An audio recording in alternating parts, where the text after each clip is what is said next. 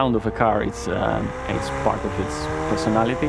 It's the equivalent of the voice of a person. It's part of its character. My name is Andreas Rusunelos, and I'm a senior NVH engineer at McLaren Automotive, which stands for Noise, Vibration and Harshness. We are responsible to deliver all the noise and vibration performance of the car. First of all, we start with a lot of calculations. We calculate a lot of different variants of exhaust. The ones in calculations, they give the right character to the car. These are the ones we actually build and test. It's very important for the cars to sound like McLaren cars.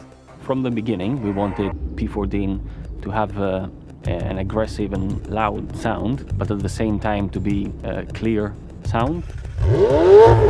Also, what we tried to achieve was a dual character, if you like. We wanted the car to be comfortable to drive at normal conditions, but when you're in a track, we wanted the car to be as engaging as possible. I worked in 675 LT and 570S. I've seen the McLaren sound developing.